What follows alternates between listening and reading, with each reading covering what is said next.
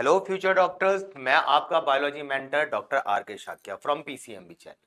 बेटा, हमारे कुछ बच्चों ने मेरे को मैसेज करके बोला कि मुझे ओवरीज के बारे में चीजें समझ में नहीं आ रही है। फीमेल की बॉडी कैसे काम करती है मुझे समझ नहीं आ रहा है। कैसे प्रेगनेंसी होगी, कब मेंसेस होगा, मेंसेस में क्यों आपके वो ब्लीडिंग हो रही है, कैसे वो टुकड़े से आ रहे हैं, या प्रेगनेंसी में मेंसेस क्यों नहीं होते हैं। बहुत सारे उन्होंने मुझे सवाल के लिए मैसेज किया। अब इन सवालों को जब मैंने पढ़ा तो मैंने सोचा कि क्यों ना एक ऐसी वीडियो बनाई जाए जिनसे सम अप करके शॉर्ट में मैं सारी की सारी ओवरी से रिलेटेड, फीमेल की जो बॉडी है वो हार्मोन्स पर डिपेंड करती है, तो इन शॉर्ट एक ही वीडियो में मैं हार्मोनल की साइकिल समझाते हुए आपको ये बताऊं कि कौन सी चीज कहां से होती है, यानी पूरी बॉडी का एक बेसिक कंसेप्ट आपका तैयार हो जाएगा। फीमेल की बॉडी में हार्मोन्स जो होते हैं वो आपके जो स्पेशली फीमेल्स हार्मोन्स ओवरी से रिलेटेड होते हैं, तो इसलिए मैंने सोचा ओवरी से ही क्यों ना मैं आपको डिटेल डिस्क्रिप्शन देते हुए सारे के सारे की एस्पेक्ट्स के बारे में बताने की कोशिश करूं। तो ये वीडियो मैं शॉर्ट में सारी चीजें पॉइंट टू पॉइंट बताने की कोशिश करूंगा। इसी ही आपकी ओवरी की मैंने लगभग 1-1.25 घंटे की वीडियो अलग से बनाई है, जिसमें मैंने ओवरी के अदर एस्पेक्ट्स के भी बारे में बात करी है। अभी मैंने सिर्फ उस चीज को लेके बात करी है क्योंकि जो बच्चों को कंसेप्ट में, क्वेश्चंस में जो आपके कंसेप्ट लगने हैं उसमें कंफ्यूजन क्रिएट कर रहे हैं, उस चीज को क्लियर करने के लिए मैं आपको आज का टॉपिक समझा रहा हूं। ठीक है मेरे बच्चे, तो हम आज के टॉपिक को लेके बात करते हैं। बेटा, आज का टॉपिक हमारी ओवरी से संबंधित है। ओवरी कैसे काम करेगी, उसमें क्या हो रहा है, कैसे हार्मोन्स पर बात करते हैं। देखिए बेटा, तो हम जरा अगर ओवरी को समझने की कोशिश करें तो बेटा ऐसा होता है, आप ऐसे समझिए। देखो ओवरी है क्या, देखो यहां पर ये हमारा क्या है, ये है हमारा ये ऐसे यूट्रस, समझते हो ना, ये आपका ये यूट्रस। अब हो क्या रहा है, हो ये रहा है कि इस यूट्रस के साइड में ये आपके इस तरीके से ये प्रेजेंट है बेटा आपकी ओवरी। ठीक है ना। ये आपकी कितनी ओवरी होती है बेटा, आपकी ये दो। कुल मिला के ओवरी को अगर हम देखें तो ओवरी कुछ इस तरीके की शेप को एक्वायर करती है। एक इधर से ऐसी ओवरी होगी, एक इधर से ओवरी होगी। देखो बेटा, एक बात बहुत क्लियरली समझ लेना, लड़कों में जो मेल्स के अंदर अंडे बनने शुरू होते हैं, वो अंडे जो बनने शुरू होते हैं, वो अंडे बनने शुरू होते हैं बेटा जब वो प्यूबर्टी को अचीव कर लेता है, यानी कि जब वो लगभग जवान सा हो जाता है तब। ठीक है ना। फीमेल्स में अंडे यानी ओवम की बनने की शुरुआत बेटा तभी हो जाती है जब वो पैदा भी नहीं हुई है। अभी वो पैदा भी नहीं हुए, अभी वो अपनी मां के ही पेट के अंदर है, तभी से ओवम बनने शुरू हो जाते हैं बेटा। कहानी समझ में आई। तो वो जो ओवम बनता है, ध्यान रखिएगा, वो ओवम ड्यूरिंग जो ओवम फॉर्मेशन है, ओवम फॉर्मेशन है जो आपकी ओवर फॉर्मेशन के लिए कौन सा हम वर्ड यूज करते हैं बेटा, oogenesis। ठीक है बेटा, oogenesis। ये आपकी स्टार्ट हो जाती है ड्यूरिंग, कब बेटा, फीटल लाइफ, जब लड़की अपनी मां के ही पेट में है तभी बेटा आपके ओवम बनना शुरू हो जाता है। जबकि लड़कों में ऐसा नहीं होता है, लड़का पहले अपनी मां के पेट में होगा, फिर वो पैदा होगा, फिर वो 5-10 साल का होगा, फिर वो 10 साल का, 10 के बाद 14 साल का होगा, प्यूबर्टी अचीव करेगा, उसके बाद जाके स्पर्म बनने शुरू होते हैं। लड़कियों में ऐसा नहीं होता है। तो बेटा हम जरा इसी के बारे में समझने की आज कोशिश करते हैं। तो मैं एक ओवरी को लेता हूं बेटा और उस ओवरी का एक डायग्राम समझाने की कोशिश करता हूं ओवरी से, कि कौन सी चीज किस तरीके से बनेगी, किस तरीके से काम करेगी। तो बेटा इसको थोड़ा समझने की कोशिश करिएगा। आपके सभी सवालों का जवाब देने की कोशिश मैं एक ही साइकिल में करूंगा, इसी में ही समझाने की कोशिश करूंगा। जो जो आपने क्वेश्चन बोले वो सब इसमें क्लियर कर दूंगा। पहला पॉइंट ये बेटा कि ओवरी की कितनी लेयर, ओवरी को अगर हम देखें तो ये जो ओवरी है बेटा, ये ओवरी इस तरीके से अगर हम देखें तो ओवरी जो होती है ना, इंपॉर्टेंट पार्ट है भाई। तो लेयर वाइज देखें तो यार लेयर तो इसकी कवरिंग की बात करें तो ओवरी बेटा 3 लेयर्स के द्वारा कवर्ड होती है। ठीक है बेटा, समझ में आई बात। सबसे अंदर वाली बेटा ट्यूनिका एल्बुजिनिया, बेटा मुझे कमेंट करके बताओ, ये लेयर आपने और कहां सुनी है, कहां सुनी है? ट्यूनिका एल्बुजिनिया मेल से रिलेटेड है। सही है, समझ में आई बात, ये मेल से रिलेटेड है। दूसरी बात आपकी ये हो गई बेटा जर्मिनल एपिथीलियम, ये हो गया बेटा जर्मिनल एपिथीलियम, समझ में आई बात। और सबसे अंदर क्या सबसे बाहर क्या प्रेजेंट है आपकी? विसरल पेरिटोनियम, ये आपकी इस लेयर के द्वारा कवर्ड होके, पेरिटोनियम में बताया बड़ा सा कवरिंग होती है, उसके द्वारा ये अंदर ये आपके रहती है। बताओ कोई कंफ्यूजन किसी को बेटा? क्या समझ में आया? 3 लेयर्स ही होगी। अब देखो बेटा, जब वो अपनी मां के अंदर होती है, कौन? फीमेल है ना, कौन सी फीमेल? आपकी जो अभी लड़की है, जो अभी पैदा भी नहीं हुई है। तो बेटा उसी दौरान उसकी मां के शरीर के अंदर जब वो लड़की होती है, तो उस लड़की की ओवरी के अंदर बहुत सारी मदर सेल डिवाइड होती रहती है, होती रहती है, होती रहती है, होती रहती है, होती रहती है, बहुत सारी। वो जो बहुत सारी सेल्स होती है बेटा, उनको बोलते हैं ऊगोनियम। क्या कहते हैं बेटा? ऊगोनियम। समझ में आई बात नहीं आई? ऊगोनियम के लिए हम बेटा क्या वर्ड समझते हैं? ऊगोनियम को समझने के लिए हम समझते हैं कि ऊगोनियम क्या हो गई? ये हो गई मदर सेल, जो ओवम को आगे चल के बनाएगी। तो ये ओवम की मदर सेल होती है, और हर मदर सेल डिप्लॉयड होती है।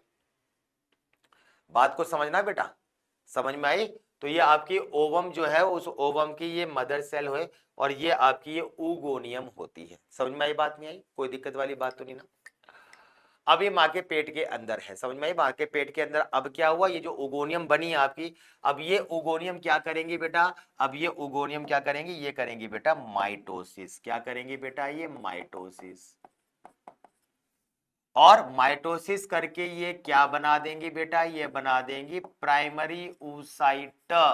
बेटा ध्यान से सुन लो, मैं एक एक बात क्लियर करने की कोशिश कर रहा हूं, आपकी बातों को पॉइंट टू पॉइंट, बहुत सारे बीच में बवाल जाल जंजाल सब साइड में रखते हुए सीधे सीधे डिस्क्रिप्शन देने की कोशिश कर रहा हूं। क्या हुआ? ये बना देती है प्राइमरी oocytes। अब क्या होता है? अब ये होता है कि ये जो प्राइमरी oocytes हैं, ये प्राइमरी oocytes के ऊपर आपकी कुछ लेयर्स इकट्ठी हो जाती हैं। इनके ऊपर बेटा कुछ लेयर्स इकट्ठी हो जाती हैं, ऐसे मान लो एक कवरिंग सी बना देती है ऐसे। किसकी लेयर इकट्ठी हो जाती है बेटा? ग्रेनुलोसा सेल्स की, है ना, जिसको हम फॉलिकुलर सेल्स भी बोलते हैं। ये आपकी क्या होती है बेटा? Granulosa cells.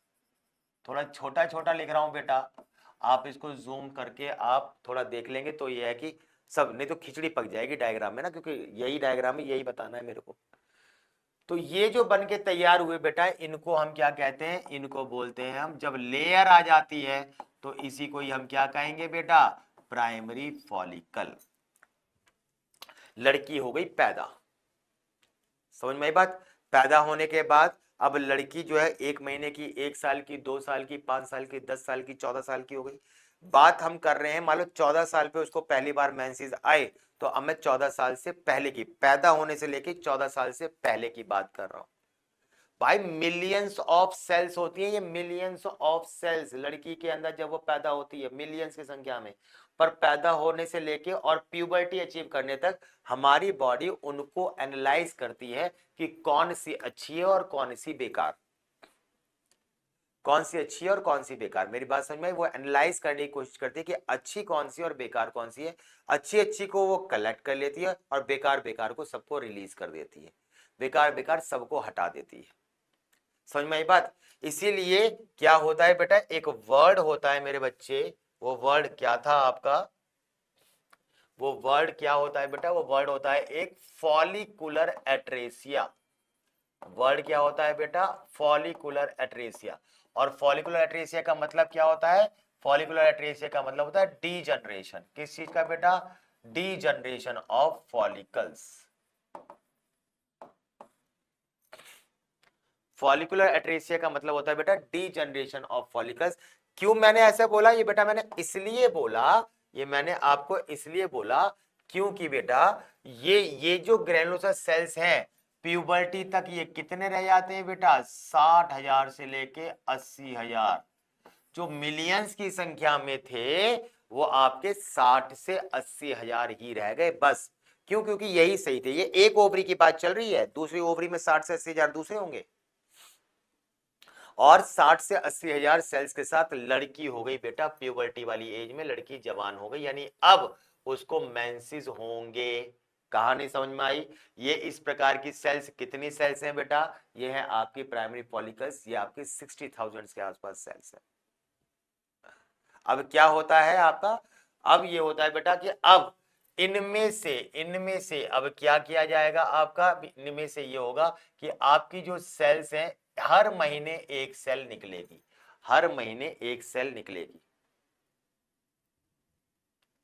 ये जो हर महीने एक सेल, क्योंकि हर महीने एक सेल जो निकलेगी बेटा, ये सेल क्या है? ये है प्राइमरी फॉलिकल।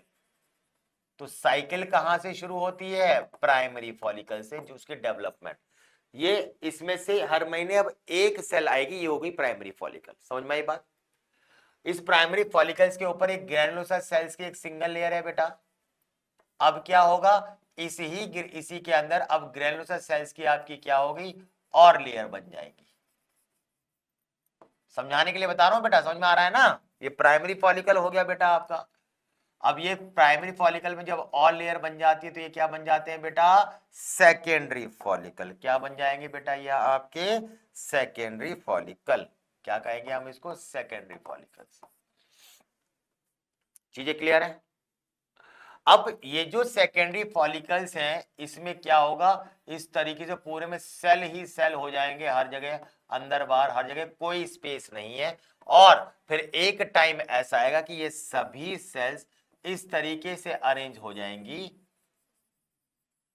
कि बीच में एक सेल का स्पेस क्रिएट हो जाएगा। इसको बोलते हैं एंट्रम। एंट्रम मतलब स्पेस।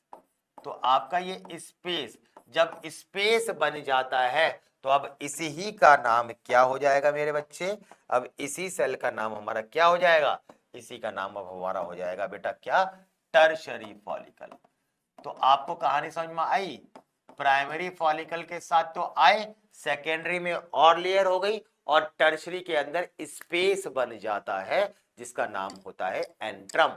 समझ में आई बात? ठीक है, तो ये आपका फॉलिकुलर ये स्पेस बन के तैयार, कोई दिक्कत? अब क्या होता है अब समझ लो। अब ये होता है बेटा कि ये जो आपका टर्शरी फॉलिकल्स था, ये जो टर्शरी फॉलिकल था, इसके बीच में एक सेल, इसके बीच में एक सेल, ठीक है ना, जो होती है, वो एक सेल जो होती है वो थोड़ी सी साइज में बड़ी हो जाती है, और जो बाकी सेल्स हैं वो सेल्स आपकी छोटी छोटी छोटी छोटी वो अंदर को रहती हैं। समझ में? यही टर्शरी फॉलिकल, यही टर्शरी फॉलिकल जब इस तरीके का हो जाए, इस तरीके का हो जाए कि उसके अंदर एक सेल थोड़ी बड़ी हो जाए और बाकी छोटी, तो इस बड़ी वाली सेल का क्या नाम हो जाता है? इसका नाम हो जाता है सेकेंडरी oocyte।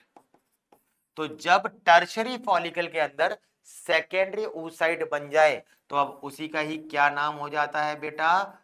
Graafian follicle. क्या कहते हैं हम उसको?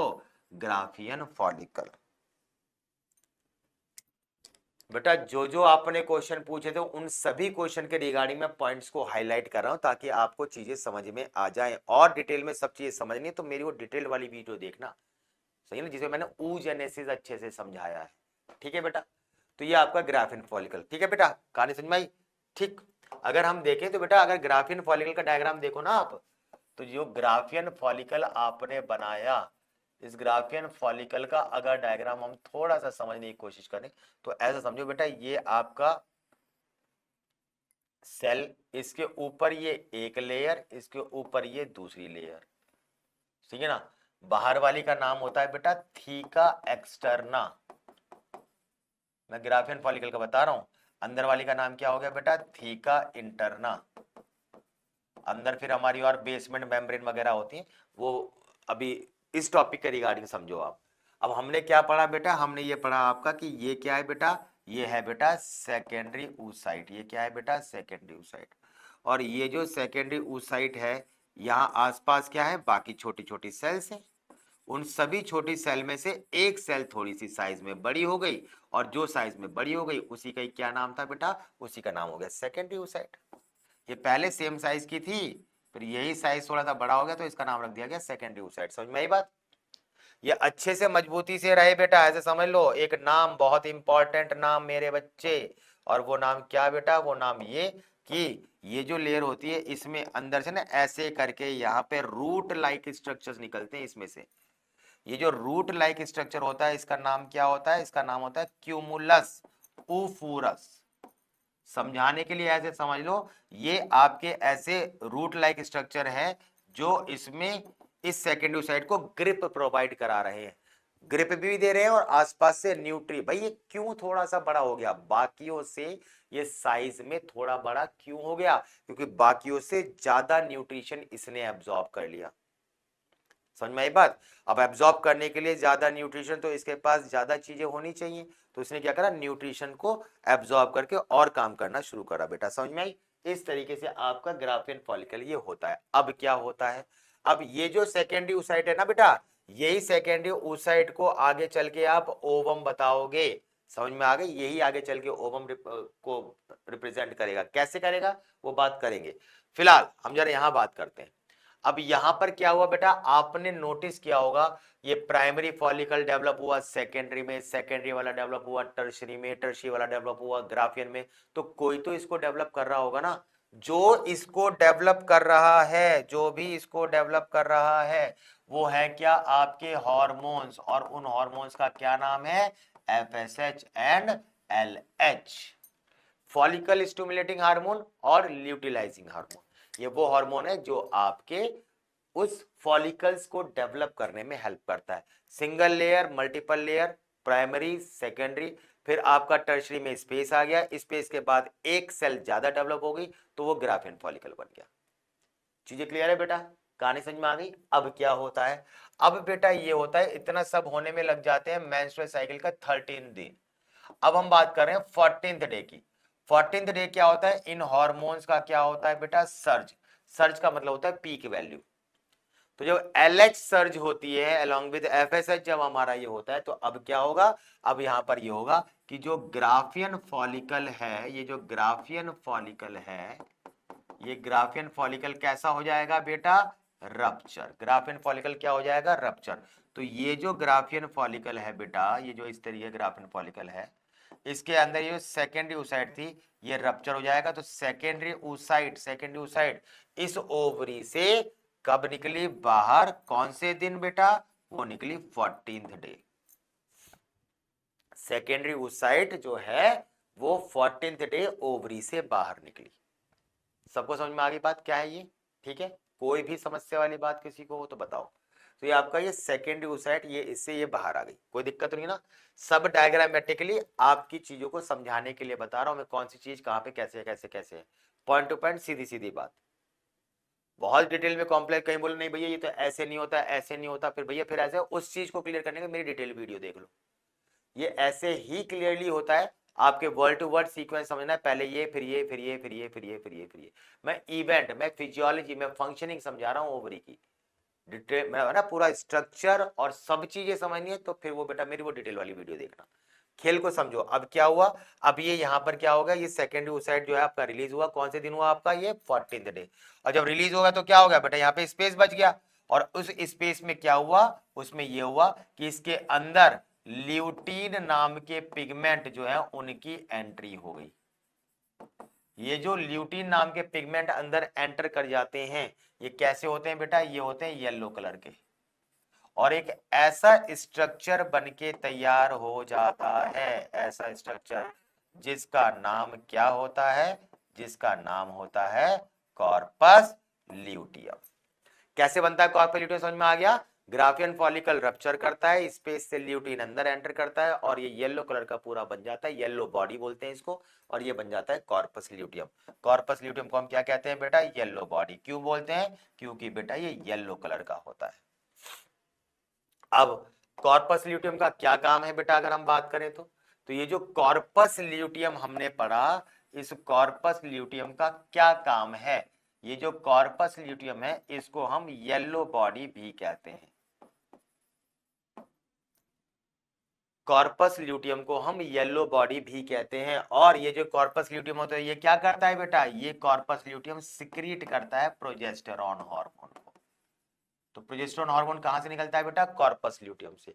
और ये प्रोजेस्टेरॉन क्या करता है बेटा, ये क्या करता है प्रोजेस्टेरॉन, ये कॉज एंडोमेट्रियल थिकनेस, ये क्या करता है, ये एंडोमेट्रियम को थिक करने का काम करता है। ये एंडोमेट्रियम को थिक करना, बेटा एंडोमेट्रियम क्यों थिक करनी है यार, तुम समझो ना यार मेरे प्यारे बच्चों, समझो कि यार ये आपका यूट्रस है, इधर से मान लो जाइगोट आया, वो यहां पर चिपक जाएगा, अगर ये ढंग से ग्रिप नहीं बनाएगा तो ये तो टूट के जाइगोट बाहर आ जाएगा। वो अच्छे से वो ग्रिप बनाए, इसके लिए क्या होता है, इसके लिए ये होता है कि ये जो एंडोमेट्रियम होती है, समझ में आ रही बात, ये जो एंडोमेट्रियम होती है, ये एंडोमेट्रियम इस तरीके से बेटा थिक होकर और इसको ऐसे अपने में फंसा लेती है। तो एंडोमेट्रियम अगर मोटी होगी तो जाइगोट चिपका रहेगा बहुत अच्छे तरीके से, और चिपके चिपके वो अच्छे से डेवलप होगा, नहीं चिपक पाएगा तो वो जाइगोट टूट के बाहर आएगा, वही फिर अबॉर्शन हो जाएगा, मिसकैरेज। समझ में आए मेरे बच्चे। तो एंडोमेट्रियम को थिक करने के लिए क्या जरूरी है बेटा, ये हमारा ये प्रोजेस्टेरॉन।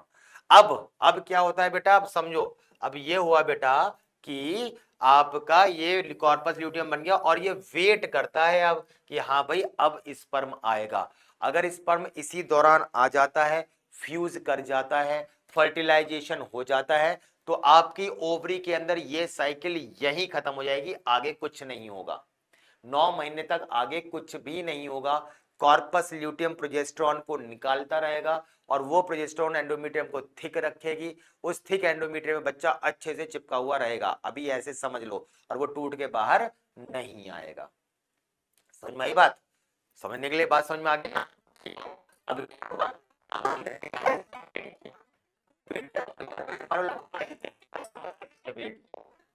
तेरह हो गया, 14वें दिन ये हो गया, 14 से लेके 21-22 दिन तक ये वेट किया, यानी मोटे तौर पे एक हफ्ता वेट किया कि भाई स्पर्म आए आए आए, अब स्पर्म तो नहीं आया। अब स्पर्म नहीं आया पर आ क्या गया हमारा, ये ओवम, ये अकेला ओवम गया, ये ओवम जाके वहां पे जाके चिपक गया वो एंडोमेट्रियम में, ऐसे समझ लो आप, सही है ना, ठीक है ना, वो आपका वहां पे जाके पहुंचा, एंडोमेट्रियम पे गया, एंडोमेट्रियम ने ओवम को चिपका रखा है बेटा। अब क्या हो रहा है, अब ओवम तो आपके कुछ टाइम के बाद सड़ जाएगा, खराब हो जाएगा, डेड हो जाएगा। तो अब बॉडी को ये बात पता है कि डेड ओवम हमारे अंदर है, तो उसको बॉडी से जब तक बाहर निकालेंगे नहीं तब तक दूसरा ओवम हम ला नहीं सकते, क्योंकि बॉडी खराब चीज को रखते हुए उसकी सफाई ना करते हुए दूसरी नई चीज नहीं ला सकती। भाई आप खुद देख लो ना, आपके घर में कहीं पे टोकरी में कोई एक खराब कोई फल रखा हो, जब तक आप उसको हटा नहीं दोगे तब तक दूसरे फल नहीं रखोगे, तो पता है वो खराब हो जाएगा, तो बाकी गैमेट्स भी खराब हो सकते हैं। इसलिए अब क्या होता है, अब ये होता है बेटा, ये जो कॉर्पस ल्यूटियम होता है, ये जो कॉर्पस ल्यूटियम होता है, अब वो डीजनरेट करता है। अब क्या होता है, डीजनरेशन ऑफ कॉर्पस ल्यूटियम होता है, और वो कैसे होता है बेटा, वो होता है आपके कॉर्पस एल्बिकन्स के बनने की वजह से। तो अब कॉर्पस एल्बिकन्स बनता है। कॉर्पस एल्बिकन्स क्या होता है, ये एक ऐसा स्ट्रक्चर होता है जिसको हम क्या कहेंगे, व्हाइट बॉडी। क्यों, क्योंकि इसके अंदर एल्बिकन्स पिगमेंट आके इकट्ठे हो गए, इसके अंदर एल्बिकन्स पिगमेंट आपके आगे इकट्ठे हो गए। और ये जो एल्बिकन्स पिगमेंट है, अब ये क्या करेंगे, ये एल्बिकन्स पिगमेंट क्या करेंगे, अब ये एल्बिकन्स पिगमेंट इसके अंदर जाएंगे, और अंदर जाने के बाद क्या करेंगे बेटा, अंदर जाने के बाद एल्बिकन्स पिगमेंट इसके कॉर्पस ल्यूटियम को खराब करेंगे, मतलब खराब हो गया वो, अलग स्ट्रक्चर अलग structure, corpus albicans, corpus luteum जब तक था, प्रोजेस्टेरॉन निकला, एंडोमेट्रियम थिक। अब यार उस टूटे वाले को, उस खराब अंडे को बाहर निकालना है, बाहर निकालने कैसे, एंडोमेट्रियम तो मोटी है, तो अब एंडोमेट्रियम को पतला करो, पतला करने के लिए कॉर्पस ल्यूटियम को खराब करो, खराब कैसे होगा, कॉर्पस एल्बिकन्स बनकर, कॉर्पस एल्बिकन्स बन गया, कॉर्पस ल्यूटियम खराब, कॉर्पस ल्यूटियम खराब तो प्रोजेस्टेरॉन नहीं निकलेगा, प्रोजेस्टेरॉन नहीं निकलेगा तो एंडोमेट्रियम थिक नहीं होगी, जब थिक नहीं होगी तो थिन होगी, और थिन होकर टूट के बाहर, ठीक है ना। तो और जब वो बाहर आ जाएगी तो क्या होगा, तो बेटा मेंसेस स्टार्ट हो जाएंगे। कैसे खेल हुआ समझ में आया बेटा, नहीं समझ में आया तो मैं फिर से रिकॉल कर देता हूं। क्या हुआ, कॉर्पस एल्बिकन्स जो थे उनके अंदर एल्बिकन्स नाम के पिगमेंट थे, एल्बिकन्स नाम के पिगमेंट थे जो कि व्हाइट कलर के होते हैं, इसलिए हम इसको क्या कहते हैं बेटा, व्हाइट बॉडी। क्या कहते हैं हम इनको बेटा, व्हाइट बॉडी। अब ये जो व्हाइट बॉडी है आपकी, अब क्या होता है बच्चे, अब ये होता है कि ये इसका मतलब हो गया कि आपका जो कॉर्पस ल्यूटियम है वो आपका खराब हो गया, डीजनरेट कर दिया किसको बेटा, कॉर्पस ल्यूटियम को। अब कॉर्पस ल्यूटियम खराब हो गया तो कॉर्पस ल्यूटियम खराब होने का मतलब क्या हो गया, अब जो उससे हार्मोन निकल रहा था वो नहीं निकल पाएगा। जब हार्मोन नहीं निकल पाएगा तो उससे वो जो एंडोमेट्रियम थिक हो रही थी वो एंडोमेट्रियम थिक नहीं हो पाएगी, और जब एंडोमेट्रियम थिक नहीं हो पाएगी तो क्या होगा बेटा, उससे एंडोमेट्रियम कैसी हो जाएगी बेटा, थिन। एंडोमेट्रियम कैसी हो जाएगी, थिन। और एंडोमेट्रियम जब थिन हो जाएगी तो बेटा वो पतली होके टूट के बाहर आ जाएगी, यानी शेडेड ऑफ। और बेटा जैसे ही वो बाहर आएगी तो उसी को ही तो कहते हैं मेंसेस, यानी बेटा आपके मेंसेस स्टार्ट हो जाएंगे। प्रेगनेंसी में मेंसेस क्यों नहीं होते, अब समझ में आ गया। प्रेगनेंसी में मेंसेस इसलिए नहीं होते क्योंकि प्रेगनेंसी में कॉर्पस ल्यूटियम बना रहता है, प्रोजेस्टेरॉन निकलता रहता है, एंडोमेट्रियम थिक बनी रहती है, और वो जब थिक बनी रहेगी तो टूट के बाहर नहीं आएगी। समझ में आई बात, ये टूट के बाहर नहीं आती है। इसलिए जो आपका कॉर्पस ल्यूटियम जब तक रहेगा तब तक ये सपोर्ट करता है, पी से प्रोजेस्टेरॉन सपोर्ट करता है पी से प्रेगनेंसी को। समझ गए। अब प्रेगनेंसी, जब जब प्रेगनेंसी रहेगी प्रोजेस्टेरॉन लेवल हाई रहेगा, एंडोमेट्रियम ठीक रहेगा, बच्चा सकुशल रहेगा। जब प्रेगनेंसी नहीं होती है तो अब नेक्स्ट मंथ की तैयारी करनी है। वो जो 60 से 80 हजार फॉलिकल्स रह गए थे उनमें से अब एक सेकंड वाला निकालना है और बाहर निकाल के उसको फिर से रिपीट पूरी cycle, primary secondary tertiary follicle, Graafian follicle, corpus luteum, corpus albicans बना के फिर से मेंसेस करवाने हैं। जब भी आपका स्पर्म आ जाएगा तो primary follicle, secondary follicle, tertiary follicle, Graafian follicle बनेंगे, कॉर्पस ल्यूटियम बनेगा, कॉर्पस ल्यूटियम प्रोजेस्टेरॉन निकालेगा और वहीं पे जाके साइकिल रुक जाएगी। 9 महीने तक यहीं रुके रहेगी, कॉर्पस एल्बिकन्स कभी भी नहीं बनेगा। समझ में आई। तो प्रेगनेंसी में मेंसेस क्यों नहीं होते हैं, आपके जो सवाल थे ओवरी के लेयर्स के बारे में मैंने बता दिया, 3 हो गई। आपका सवाल था 60,000 से 80,000 क्या होते हैं, कब होते हैं, वो मैंने आपको बता दिया। आपका सवाल था बेटा कॉर्पस ल्यूटियम और एल्बिकन्स में क्या डिफरेंस और ये कब बनते हैं, मैंने आपको बता दिया। मैंने डेज कैलकुलेशन के हिसाब से बता दिया कब कब आपके दिन में कौन से दिन से कौन से दिन, 13वें दिन तक क्या हुआ, 14वें दिन क्या हुआ, 22वें दिन क्या हुआ, 22 दिन के बाद क्या हुआ। ये मैंने आपको सारे सवालों के जवाब दिए। होप आपको हर सवाल का जवाब मिल गया हो। फिर भी बेटा अगर किसी को किसी भी तरीके की कोई समस्या है आप मुझे बताना, या मेरी ओवरी की एनाटॉमी, ये है फिजियोलॉजी, फिजियोलॉजी मतलब सिर्फ फंक्शन, उसे मैंने ओवरी की एनाटॉमी पर प्लस फिजियोलॉजी दोनों चीजों के ऊपर वीडियो बनाई हुई है, काफी डिस्क्राइब्ड और एक्सपेंडेड फॉर्म में वो वीडियो है। उसमें हर पहलू पर हर एक एक बात के बारे में बताया हुआ है। मूड स्विंग क्यों होते हैं लड़कियों में ज्यादा, कि मूड स्विंग वर्ड लड़कियों के लिए ज्यादा है ना, लड़कों के लिए तो इसे यूज करते ज्यादा, मतलब वो मूड स्विंग लड़कियों के लिए वर्ड है। तो उनको ही क्यों होता है, कौन सा हार्मोन रेस्पॉन्सिबल होता है, कौन से दिनों में रेस्पॉन्सिबल होता है, मूड स्विंग कब ज्यादा होते हैं कब कम होते हैं, इन सब के पीछे चीजें एक ओवरी के हार्मोन से संबंधित होते हैं जो कोलैबोरेट करते हैं हमारे हाइपोथैलेमस यानी या पिट्यूटरी के हार्मोन्स के द्वारा, और वो आपस में मिलकर कुछ ऐसे एक्शन रिएक्शन करते हैं कि लड़की जो है वो थोड़ी चिड़चिड़ी सी दिखती है। इन सब के पीछे रीजन कहीं ना कहीं ओवरी की स्ट्रक्चर और फिजियोलॉजी के हार्मोन्स हैं जो मैंने उस वीडियो में बताए। तो और कोई भी डाउट हो उसके लिए वो वीडियो देख लेना, यहां मैंने शॉर्ट में इसके लिए वीडियो मैंने आपको समझाने की कोशिश करी। ठीक है बेटा, और कोई समस्या हो बेटा आप मुझे बताइएगा। चैनल आप सब्सक्राइब कर ले पीसीएमबी, ताकि आने वाली सभी वीडियोस आपको मिल पाए। ठीक है बेटा, तब तक के लिए अपना ध्यान रखिए।